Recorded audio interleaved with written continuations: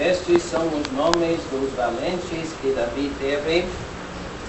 Josebe Basebete, filho de Taquimone, o principal dos capitães. Este era Adino, o esnita, que se opusera a 800 e os feriu de uma vez. E depois dele, Eleazar, filho de Dudu, filho de Aui, entre os 3 valentes que estavam com Davi, quando provocaram os filisteus que ali se ajuntaram a peleja, e quando de Israel os homens subiram. Este se levantou e feriu os filisteus até lhe cansar a mão, e ficar a mão pegada à espada. E naquele dia o Senhor obrou um grande livramento, e o povo voltou atrás dele, somente a tomar o despojo. E depois dele, Sama, filho de Agé. Vamos ler mais uns versículos em 1 Crônicas, capítulo 11, mais adiante um pouquinho. 1 Crônicas, capítulo 11.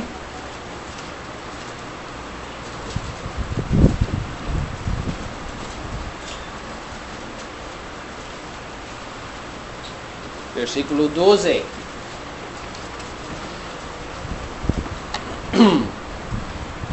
E depois dele, Eleazar, filho de Dodô, o Auita, ele estava entre os 3 varões.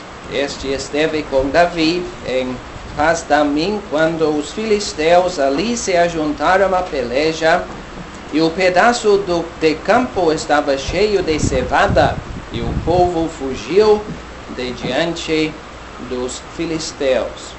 E puseram-se no meio daquele pedaço, e o defenderam, e feriram os filisteus, e obrou o Senhor um grande livramento.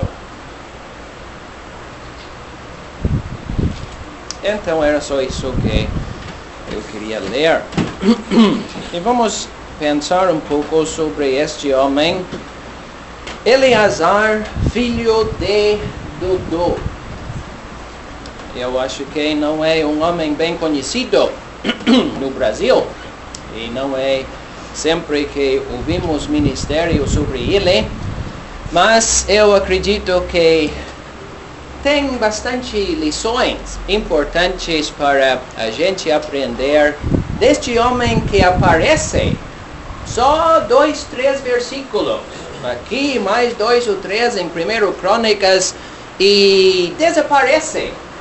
Mas tem lições importantes para a gente em Sombrio tantos anos depois. Então nós lemos aqui no versículo 9, e depois dele, Eleazar. Depois de quem? Depois deste homem, Josebe Basebete. Também um homem desconhecido em Sombrio, né? Mas, quem era ele? Ele era um homem, nós lemos, que se opusera a 800 e os feriu de uma vez.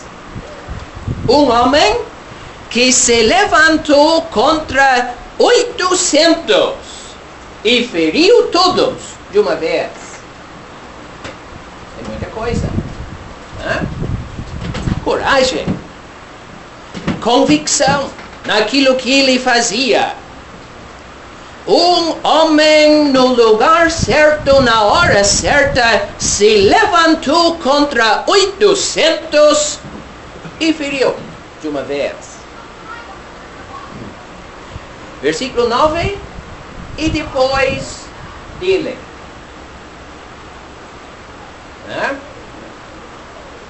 Se fosse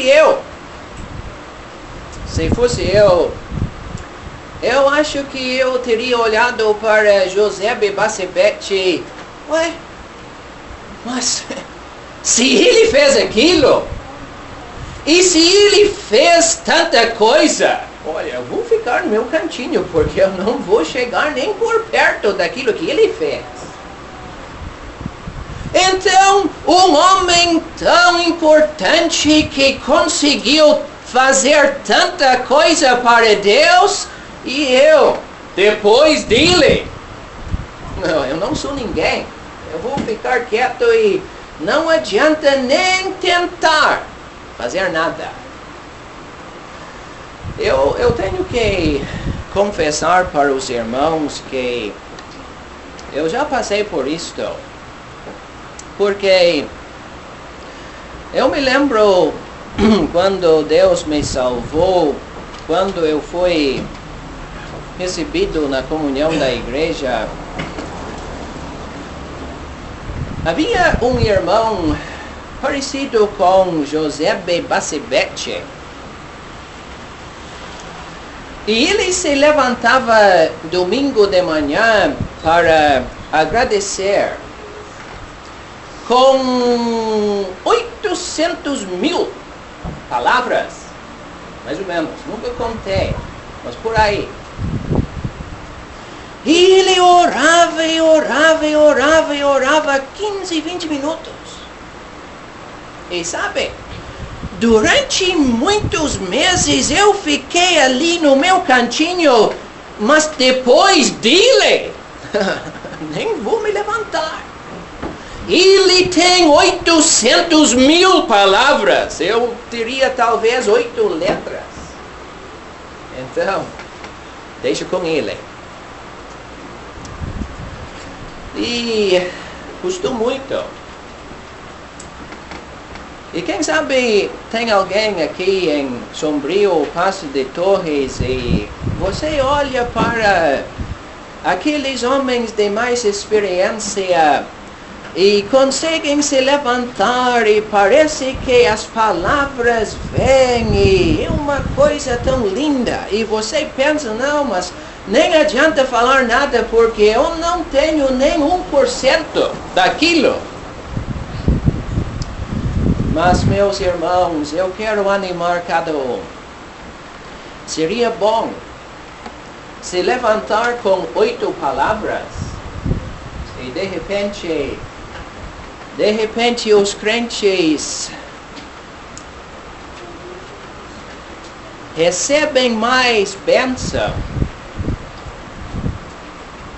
das suas 8 palavras do que as 800.000 do outro. E quem sabe, Deus também recebe muito mais de 8 palavras subindo para Ele, saindo de um coração sincero para o trono. Quem sabe Deus recebe mais das suas 8 palavras do que das muitas do outro. Então, se anime, meu irmão. Mesmo que seja 8 palavras, Deus espera aquela adoração sincera do seu coração. Mas, nós lemos aqui, depois dele, entre os 3 valentes que estavam com Davi, quando provocaram os filisteus que ali se ajuntaram à peleja.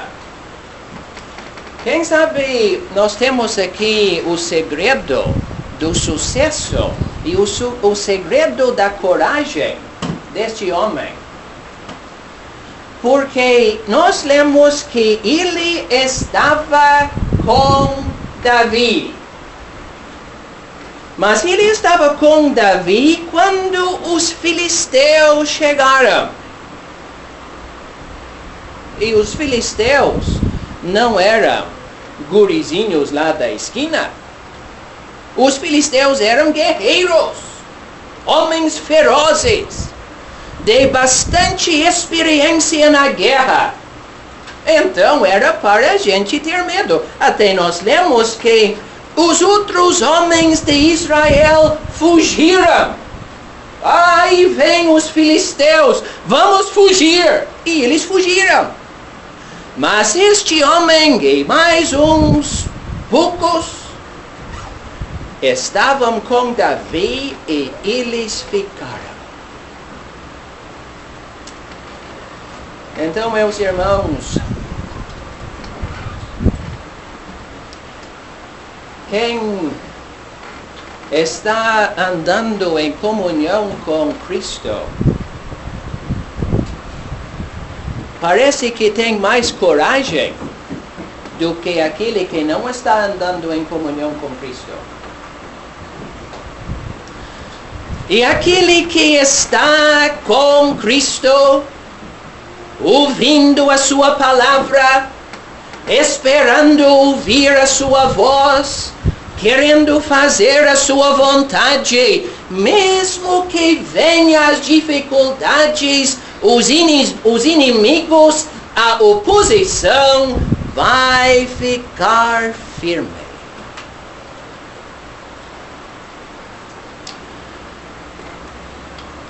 Eu tenho notado que quando vem um problema para a igreja, uma dificuldade, as primeiras pessoas para ficar instáveis são aquelas que são os mais carnais. Vem de vez em quando, não se dedica muito às coisas de Deus, e quando vem a prova, a dificuldade, a oposição, foge! Mas quem está na presença de Cristo, andando com Ele, meditando na sua pessoa, lendo a sua palavra, orando em comunhão com os irmãos, são aqueles que ficam firmes e não se assustam. Não se assustam com as ameaças do inimigo, mas estão ali porque estão com Cristo. E quando um irmão, uma irmã está ali olhando para Cristo, uma ameaça não assusta. Um ataque do diabo não assusta, mas faz com que aquela pessoa se aproxime mais um pouco do Senhor Jesus Cristo e fique mais firme na sua fé e na sua convicção. Então, se ajuntaram a peleja, e quando de Israel os homens subiram, os outros fugiram. A maioria fugiu. A minoria ficou.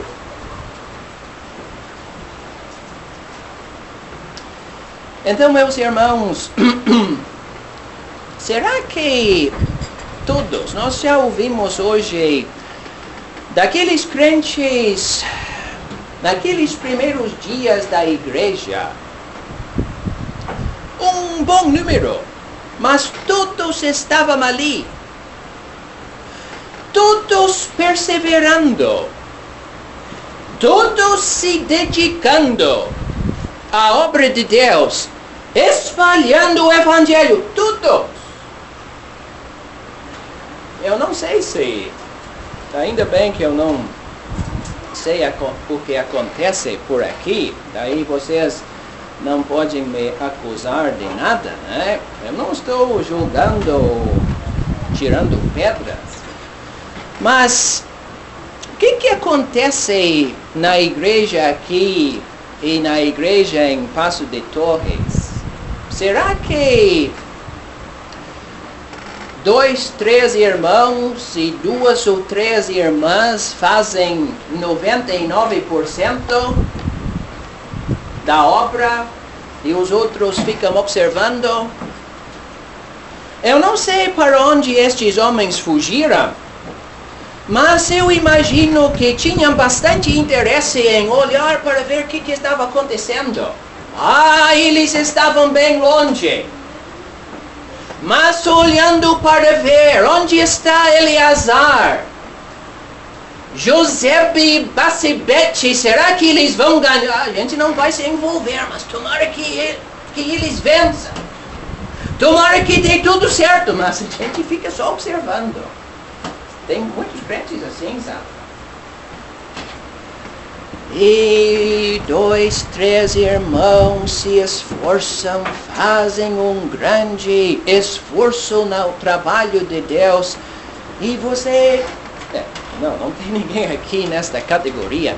Mas alguém fica, mas que bom que seu José está lá pregando o Evangelho. Que bom que está fazendo um grande esforço. Eu fico aqui em casa orando por ele. Tá bom. Melhor do que nada. Melhor ir lá e orar por ele também. E com todo mundo junto. Todo mundo fazendo um grande esforço. Ninguém precisa fugir. Mas você diz, mas ninguém tem interesse em ouvir o Evangelho. E eu fico envergonhado chegando na reunião e só tem 3 ou 4 pessoas. Olha, melhor ficar em casa. Meu irmão, minha irmã, bom para você estar lá com os outros na batalha, como Eleazar, pelo menos apoiando e esperando em Deus a sua direção. Mas eu notei com interesse, sabe por que eles estavam lutando nesta ocasião? Nós não lemos aqui neste capítulo, mas em 1 Crônicas 11, nós lemos que os filisteus subiram para atacar um pedaço de campo cheio de cevada. Não era de maracujá, é cevada. Um pedaço de campo cheio de cevada. E nós lemos mais adiante aqui do outro homem. Ele estava protegendo um pedaço de terra cheio de lentilhas. Aí valeu a pena proteger, porque lentilhas valem bem mais do que cevada, pelo menos naquela época. E nós sabemos de outras passagens na Bíblia que cevada, ou pelo menos pão de cevada, era o pão mais barato que havia. Não tinha valor quase. Qualidade péssima. Mas estes homens atacaram aquele pedaço de campo cheio de cevada e Eleazar, vamos lá proteger. Mas Eleazar não precisa arriscar a sua vida para proteger um pedaço de campo cheio de cevada. Deixa para os filisteus. Não vale quase nada, Eleazar. Então deixa lá com eles. Fica em casa bem sossegado e relaxado. E se os filisteus querem levar a cevada, então pode ser, não é muita perda.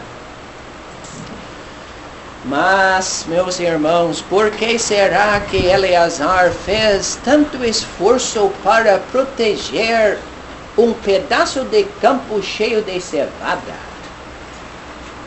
Por que será? Eu acho que vocês sabem. Os inimigos não tinham direito de estar naquele lugar, muito menos aproveitar a cevada. Eles estavam querendo roubar alguma coisa que pertencia ao povo de Deus. E mesmo que fosse uma coisa de pouco valor, Eleazar disse: não, Senhor, isso aqui pertence ao povo de Deus. Tudo bem, não tem muito valor, mas nós vamos defender até a morte.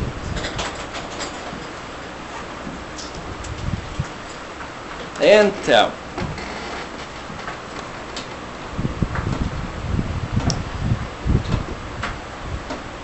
tantos exemplos que nós podemos citar nos nossos dias. Tantos exemplos. Será que se alguém chegasse aqui hoje de tarde e perguntasse para você por que as irmãs usam este negócio na cabeça? Por quê? Eu sei que aconteceu não faz muito tempo no Rio Grande do Sul. Alguém chegou num salão e perguntou para uma irmã que fazia parte da comunhão da igreja: por que isso? Ué, eu não sei, tem que perguntar para ele. Que coisa! Então, meus irmãos, quando isso acontece, dá para ver que aquela pessoa, além de não saber o porquê,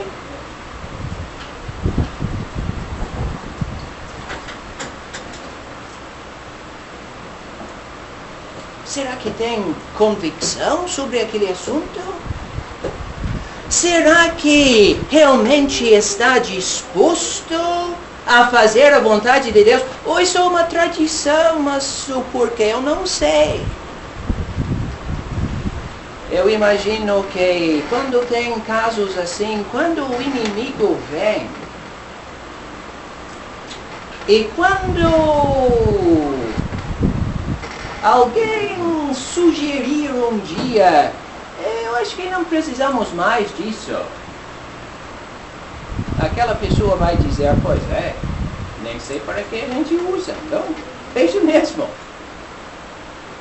Mas uma pessoa, uma irmã que sabe o porquê, que valoriza o fato que faz parte dos ensinamentos preciosos da palavra de Deus, e eu estou fazendo isso para a glória e a honra do meu Senhor. Quando os filisteus vêm para dizer: não preciso disso, preciso sim, e eu vou defender até a morte, porque é a vontade de Deus. E tem tantas outras coisas, meus irmãos.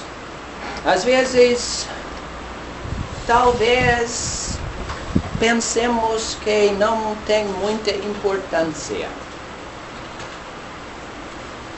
mas nós precisamos de convicção. Convicção. O que quer dizer convicção? E você diz: olha, é alguma coisa que seu José diz que é lei, é assim. Isso não é convicção. Não é. Convicção é o seguinte: eu li na palavra de Deus que é assim, que é a vontade de Deus que assim se faça. Custe o que custar, eu faço até o fim. Isso é convicção.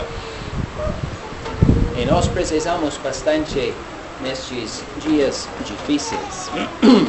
Então, o homem se levantou e feriu os filisteus, mas no meio da tarde estava muito quente e começou a chover e cair neve. Ué, eu vou para casa, né? A minha amiga aqui está concordando, né? Ele não fez isso, né? Pois é, olha o que diz aqui: até lhe cansar a mão e ficar a mão pegada à espada. Que coisa! Até lhe cansar a mão e ficar a mão pegada à espada. Ele estava lutando com tanta força, com tanta convicção, que a mão dele ficou grudada na espada. Parece que nem conseguia abrir a mão para soltar a espada. E ficou tão cansado, até a mão ficar pegada à espada. Sombrio e Passo de Torres e outras cidades precisam de pessoas assim.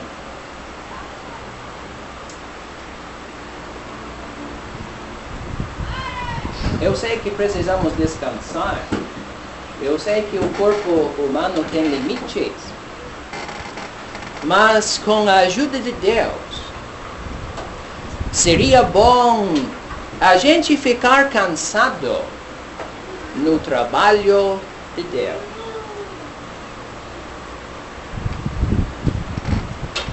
E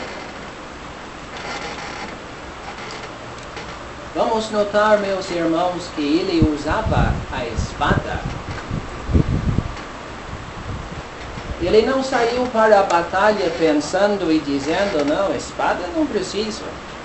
As minhas próprias mãos servem muito bem para isso, deixa comigo. Não. Ele pegou aquela espada, e se não tivesse a espada e a ajuda de Deus, não teria vencido. E todos sabem que na palavra de Deus a espada nos fala da palavra. Aquela espada de dois gumes. Né? Aquela palavra poderosa. Aquela palavra que atinge o coração, a consciência. Que Deus nos ajude a manter nas nossas mãos a espada da palavra de Deus e lutar até o fim com aquela palavra nas nossas mãos. Sabe o que tem acontecido muito em muitos lugares no mundo inteiro? Os anciãos de uma igreja, mas não está chegando muita gente nas nossas reuniões. Por que será?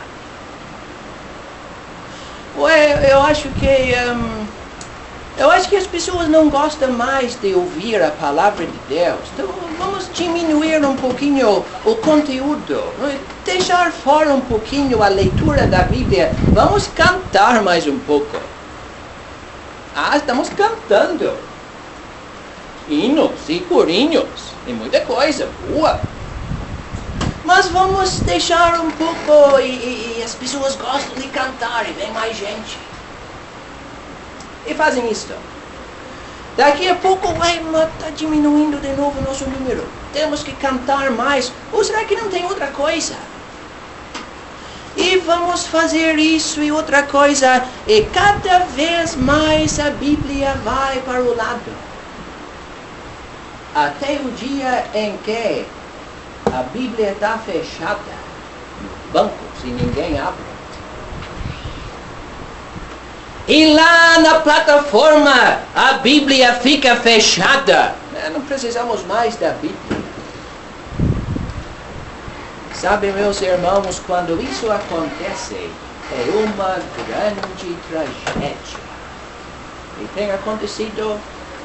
Posso levar você para dezenas de lugares neste mundo onde isto tem acontecido. E daqui a pouco, a Bíblia está fechada. E a porta do salão também está fechada. Que Deus nos ajude. Que sejamos homens como Eleazar. Que possamos lutar até cansar a mão e ficar a mão pegada à espada.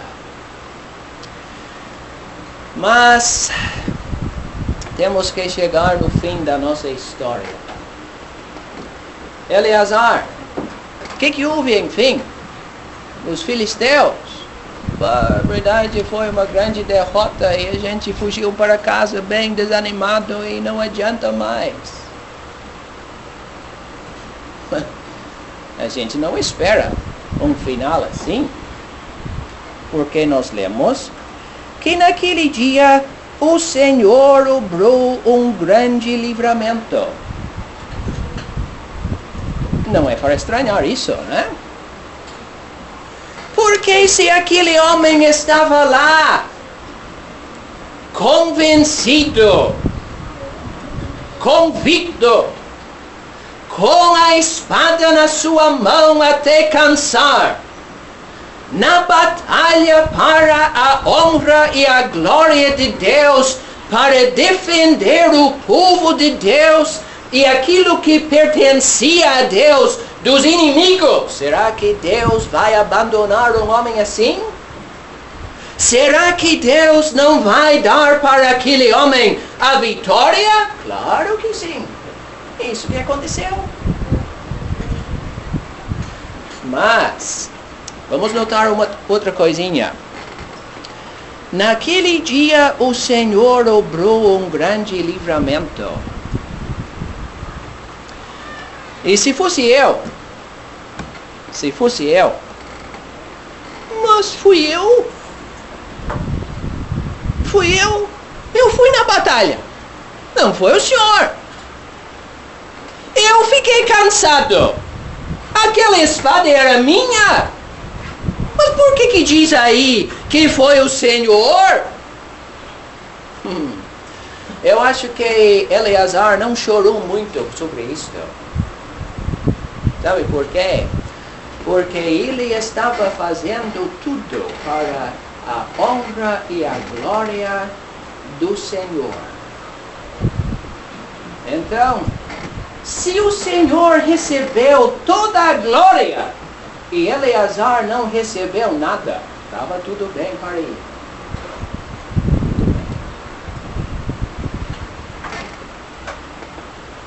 Eu ia dizer no início sobre aquele José Bacebete e depois dele. Não é fácil tomar o segundo lugar, né? A gente tem alguma coisa no nosso coração, parece que tem um nome, orgulho, alguma coisa assim, né? E a gente sempre gosta de chegar lá perto, primeiro. Até no colégio, não sei se tem tanto hoje em dia, mas quando eu estava no colégio, provas, quem é que vai sair primeiro? Eu nunca saí, mas queria. Muitas vezes eu queria, mas eu quero aquele lugar. E todo mundo olhar para mim, foi o Samuel que ganhou, fez melhor do que qualquer outro. Gostamos disso. Mas nas coisas de Deus isso não funciona. Não funciona. E também aqui, Eleazar, sim, você lutou, cansou. Foi um dia muito difícil. Mas enfim, foi o Senhor que recebeu a honra e a glória. Só um exemplo prático antes de terminar.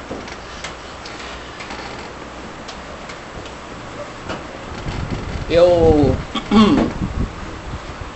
escutei uma conversa e vocês sabem que eu não sou de criticar.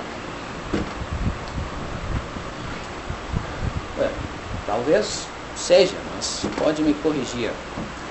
Mas eu escuto. Não sou muito de falar também, mas eu presto atenção. E alguém estava contando, vocês souberam que fulano se salvou domingo passado? Sim, foi na pregação de fulano.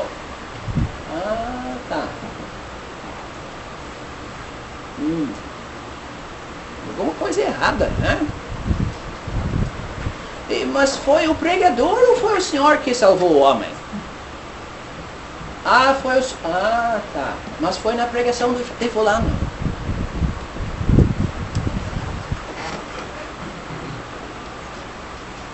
Se você tivesse falado com Eleazar sobre esse assunto, me diz uma coisa, Eleazar, quem é que salvou o povo dos filisteus? Aquele pedaço de campo cheio de cevada, quem foi que salvou? Foi o Senhor. Mas você não estava lá, Eleazar? Sim, eu acho que estava mesmo, mas foi o Senhor.